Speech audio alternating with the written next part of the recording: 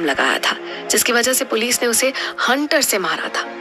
पर मायरा ने अपना गुस्सा शांत किया और बेमन से कहा, ठीक है मिस्टर आदित्य, चलिए मेरे ऑफिस में चलकर बात करते हैं। आदित्य मुस्कुराता हुआ मायरा के ऑफिस में चला गया और अंदर आते ही उसने जानबूझकर दरवाजा बंद कर दिया। ये देखकर मायरा चिढ़ गई, पर अफसोस उसे अपनी नौकरी से हाथ नहीं धोना था, इसलिए उसने इग्नोर करते हुए अपना फोन निकाला और किसी को कॉल लगाने का नाटक किया। मिस्टर कपूर सॉरी, पर मैं अभी नहीं आ पाऊंगी, हम रात को मिलते हैं डिनर पर। मायरा अच्छे से जानती थी कि आदित्य उससे बदला लेना चाहता है, इसलिए वो ईशान का नाम इस्तेमाल करके खुद को बचा रही थी। आदित्य ने जैसे ही मायरा की बात सुनी, वो समझ गया कि मायरा और ईशान एक दूसरे को अच्छे से जानते थे, इसलिए उसने कोई भी उल्टी सीधी हरकत करने की हिम्मत नहीं की और वो सीधे काम की बात करने लगा। मिस जोशी, मुझे तुम्हारी तरह ही एक सुंदर सी लड़की चाहिए। तुम्हें जैसे ही कोई मिले मुझे कॉल करके बताना। ओके मिस्टर आदित्य, मैं आपके लिए एक परफेक्ट पार्टनर ढूंढने की पूरी कोशिश करूंगी। मायरा ने आदित्य की डिमांड्स को पेपर पर लिखा। अब अगर आपको कोई और काम नहीं है तो मैं चलती हूँ, मेरे घर जाने का वक्त हो रहा है। मैं तुम्हें डिनर पर लेकर जाना चाहता हूँ, आदित्य ने बड़े घमंड के साथ कहा। इसकी कोई जरूरत नहीं है, थैंक यू। मायरा खड़ी हुई और दरवाजे के पास पहुंचने पर कहा, वो मैंने पहले ही मिस्टर कपूर के साथ मीटिंग फिक्स कर ली है ना। आदित्य भी मायरा के पीछे पीछे बिल्डिंग से बाहर निकल गया।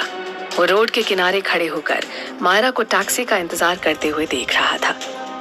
मायरा जैसे ही टैक्सी में बैठी, आदित्य ने भी अपनी गाड़ी स्टार्ट की और उसका पीछा करने लगा। मायरा ने यह देख लिया था कि आदित्य उसे फॉलो कर रहा है। वो अच्छे से जानती थी कि आदित्य ये देखना चाहता था कि ईशान ने सच में मायरा को डिनर पर बुलाया था या नहीं। मायरा ने तुरंत बैग से फोन निकाला और ईशान का नंबर डायल किया। दूसरी तरफ से ईशान की आवाज आई। हाँ बोलो। मिस्टर कपूर, क्या आप मेरे साथ डिनर पर चलेंगे? मायरा ने हिचकिचाते हुए पूछा। उसने बड़ी हिम्मत करके ईशान से बाहर चलने को कहा था। मायरा बिल्कुल श्योर थी कि ईशान तुरंत उसका ऑफर रिजेक्ट कर देगा। मायरा की आवाज से ईशान समझ गया कि वो कितनी नर्वस थी। फिर उसने हंसते हुए कहा, मुझे लगा था कि तुम आज मेरे लिए घर पर खाना बनाने वाली हो। ये सुनकर मायरा सोच में पड़ गई। कहीं ईशान ने इसीलिए तो आज सुबह उसे अपने घर की चाबी नहीं दी थी। वो चाहता था कि मायरा रात को उसके लिए डिनर बनाए। मायरा को यूं चुप देखकर ईशान ने मजाक करना बंद कर दिया और कहा, तुम द ग्रैंड होटल पहुंचो, जिस शादी में मैं बाराती बनकर गई थी। मैं 5 मिनट में वहां आता हूँ। ओके। मायरा ने तुरंत कॉल कट कर दिया और तब जाकर उसकी सांसें नॉर्मल हुई। अगले ही पल उसने टैक्सी वाले से ईशान की बताई जगह पर पहुंचने को कहा। रास्ते में मायरा की नजर कार के शीशे पर गई और उसने देखा आदित्य की गाड़ी अभी भी उसके पीछे आ रही थी। टैक्सी से उतरने के बाद मायरा होटल के गेट के पास खड़ी होकर ईशान का इंतजार करने लगी, पर उसे बिल्कुल उम्मीद नहीं थी कि उससे पहले कार्तिक और रिया वहां पहुंच जाएंगे। कार से उतरते ही रिया भागती हुई मायरा के पास गई और कहा, मायरा चलो ना साथ में डिनर करते हैं। वो मिस्टर कपूर के साथ मेरी मीटिंग है रिया। मायरा को ना चाहते हुए भी अपने दोस्त की बात टालनी पड़ी। तब रिया ने बताया, अरे ईशान ने मुझे और कार्तिक भैया को यहाँ डिनर पे बुलाया है। इतना सुनते ही मायरा टेंशन में आ गई। रिया के दिमाग से अभी तक ईशान का बुखार उतरा नहीं था। पीछे से ईशान की गाड़ी भी वहां पहुंच गई। मायरा आगे बढ़ी और कार्तिक और ईशान को ग्रीट किया। Hello mister Kapoor. हेलो मेहर वर्मा। जिस पर कार्तिक बोल पड़ा, मिस मायरा ऐसा क्यों है कि आप हमेशा पहले ईशान को हेलो कहती हैं? मायरा ने मुस्कुराते हुए जवाब दिया, मेहर वर्मा आप इस शहर के बॉस हैं, पर मिस्टर कपूर मेरे बॉस हैं और मुझे वही सैलरी देते हैं। पीछे से रिया हंसने लगी। भैया आपको क्यों बुरा लग रहा है? कहीं ऐसा तो नहीं कि आपको मायरा में इंटरेस्ट है? हाँ। कार्तिक ने तुरंत मना करते हुए कहा, अरे मुझे कोई और पसंद है और तुम कुछ भी बकवास मत करो। हाँ पर इसमें आपका घाटा। रिया ने हंसते हुए मायरा का हाथ पकड़ा और कहा, चलो अब अंदर चलते हैं, मुझे बहुत तेज भूख लगी है। जब चारों लोग होटल के अंदर जाने लगे तब मायरा ने नोटिस किया कि आदित्य की कार होटल के बाहर खड़ी थी। वो सब लोग टेबल पर बैठ गए और खाने का ऑर्डर दिया। ईशान और कार्तिक पॉलिटिक्स और बिजनेस की बातें लेकर बैठ गए, जिसमें मायरा और रिया दोनों का कोई इंटरेस्ट नहीं था। रिया ने अपना फोन निकाला और मायरा को ऑनलाइन कपड़े दिखाने लगी। मायरा तुम रोज प्रोफेशनल सूट पहनकर ऑफिस मत जाया करो, मैं तुम्हारे लिए ना कुछ हटकर कपड़े ऑर्डर करती हूँ। नहीं, मायरा तुरंत बोल पड़ी, थैंक यू इतना सोचने के लिए मेरे लिए, पर मेरे ऑफिस में ना स्ट्रिक्ट ड्रेस कोड फॉलो किया जाता है। ओह अच्छा ठीक है। रिया ने मुंह बनाकर कहा। फिर उसने कार्तिक की तरफ देखा।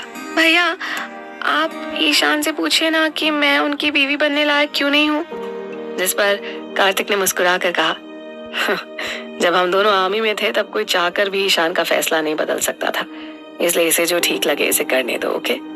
रिया की आंखों में आंसू आ गए। ईशान, आप बताइए, आपको किस तरह की लड़की पसंद है? मैं वैसा बनने की पूरी कोशिश करूंगी। ईशान चिढ़ गया। मैंने कहा था ना रिया, मुझे इस बारे में और बात नहीं करनी है। अगर तुम इस तरह से इस बात को पकड़कर बैठी रही तो अगली बार मैं तुम्हें बाहर चलने के लिए नहीं कहूंगा। रिया तुरंत उठकर खड़ी हुई और कहा, मैंने कभी नहीं सोचा था कि आप इतने कठोर दिल के होंगे। मुझे आप बिल्कुल पसंद नहीं है और मैं अब आपसे बिल्कुल प्यार नहीं करती हूँ। इतना कहते ही रिया रोती हुई बाहर भाग गई। मायरा तुरंत उठकर खड़ी हुई। वो रिया के पीछे जाना चाहती थी पर ईशान ने तुरंत मना कर दिया। चुपचाप बैठी रहो। आखिर में मायरा के पास ईशान की बात मानने के अलावा कोई दूसरा रास्ता नहीं बचा। मायरा काफी ज्यादा उदास हो गई।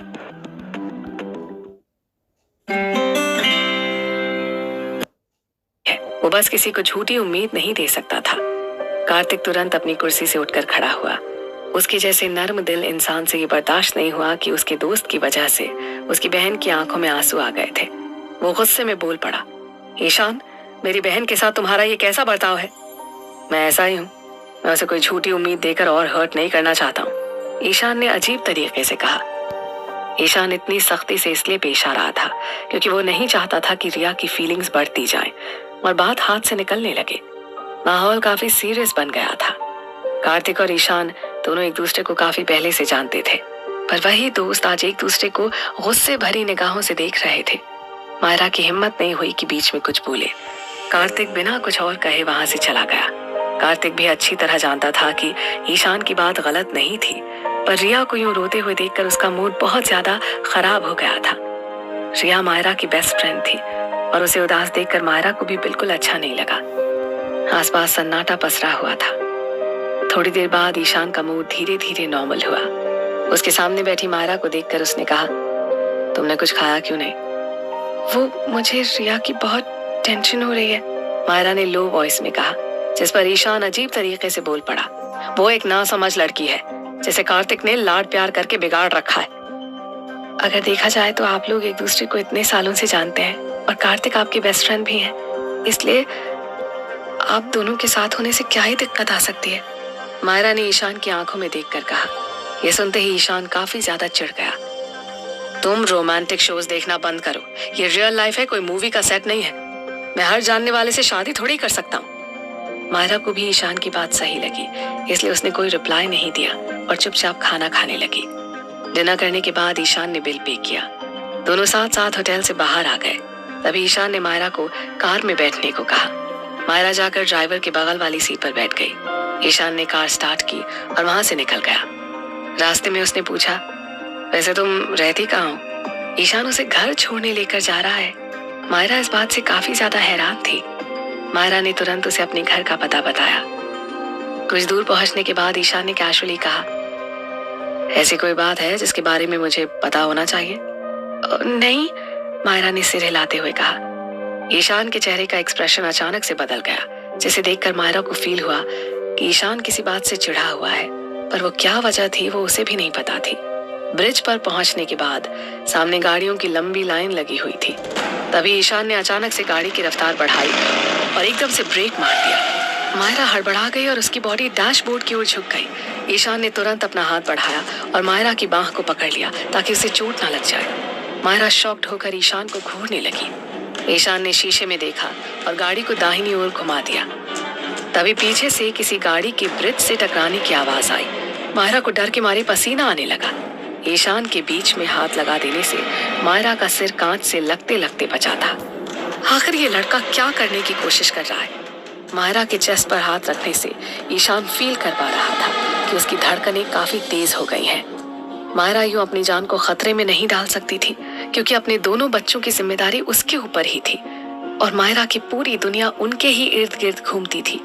ईशान को ऐसे बर्ताव करता देख मायरा डरी तो हुई थी, साथ ही साथ उसे बहुत तेज गुस्सा भी आ रहा था।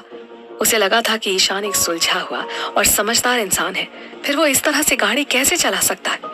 मायरा ने तुरंत ईशान का हाथ हटाया, सीट बेल्ट खोली और हड़बड़ाकर गाड़ी से उतर गई।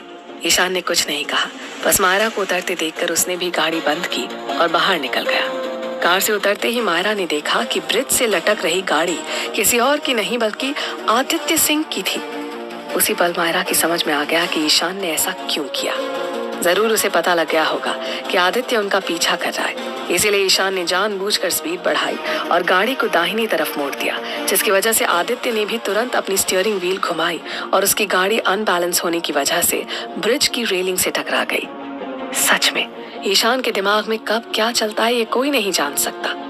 मायरा हैरानी से खड़ी होकर आदित्य की गाड़ी को देख रही थी कि सामने से ईशान चलकर वहां आया। आदित्य अपनी गाड़ी में फंसा हुआ था। उसने गेट खोलकर निकलने की कोशिश की, पर उसके जरा सा हिलते ही गाड़ी डगमगाने लगी, इसलिए वो चाहकर भी बाहर निकलने की सोच भी नहीं सकता था, वरना कार सीधे नीचे पानी में गिर जाती।